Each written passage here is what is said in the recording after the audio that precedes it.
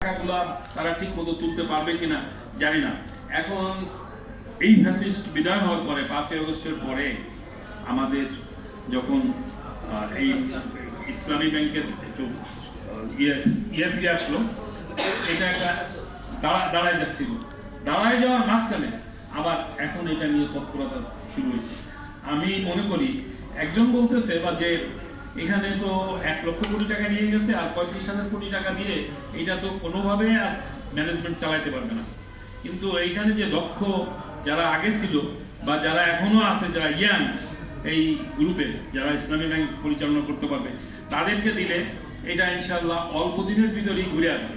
এই জন্য যে ম্যানেজমেন্ট এখন সরকার দিতে চায়, সরকারকে এখন অনুরোধ করব যে আপনি এর ভিতরে হাত দিবেন না। কারণ যদি এইখানে যদি দুর্নীতি হয়, আপনি দুর্নীতি করেন, আপনার যদি অডিট করার প্রয়োজন হয় আপনি অডিট করেন, আপনার যে নিয়ম আছে সেই নিয়ম যদি ফলো না হয় আপনি বলেন যে এই নিয়মে চলবে। কিন্তু আপনার ইচ্ছা মতো লোক এখানে বসিয়ে দিবেন যারা চোর বাটপাট। যেমন আপনি বাংলাদেশ ব্যাংকের গভর্নরকে দিচ্ছেন একটা, বলা যায় যে একটা ঋণ খেলাপি লোককে দিচ্ছেন, যারা কোনোভাবেই গ্রহণযোগ্য না। এবং উনি অ্যাকাউন্ট নিয়ে লেখাপড়া করছেন, উনি ফিনান্সে কিছু বুঝেন কিনা তাও অনেকে বলছেন, সন্দেহ আছে। তাই আমার মনে হয় যে সরকারের শুভবুদ্ধি হবে, যারা এখানে সাংবাদিক ভাইরা আছেন তুলবেন যে অযোগ্য লোককে ইসলামী ব্যাংকে দেওয়া যাবে না।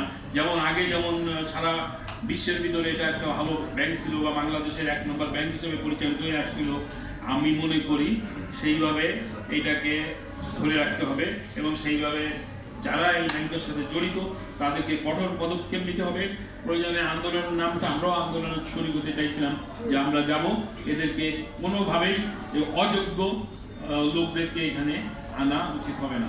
এই প্রসঙ্গে আমি বলি এইগুলা আরেকটা জিনিস যে আমাদের দেশটা পার্শ্ববর্তী শকুনের নজরে পড়ে আছে, যে কোনো ভালো জিনিস আমাদের সহ্য করতে পারে না।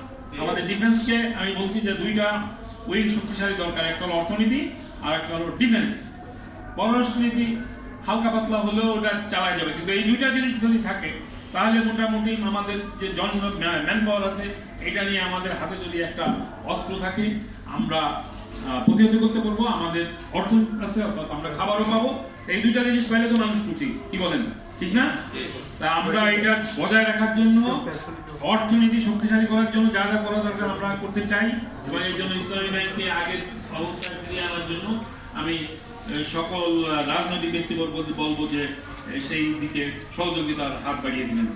আর সামরিক দিক বা প্রতিরক্ষার দিকে আমরা অর্থনীতি শক্তিশালী হলে ওটা অটোমেটিক্যালি হবে, ওই অর্থনীতি শক্তিশালী না হলে আর ওটা হবে না। এইগুলো আমি থ্যাংক ইউ।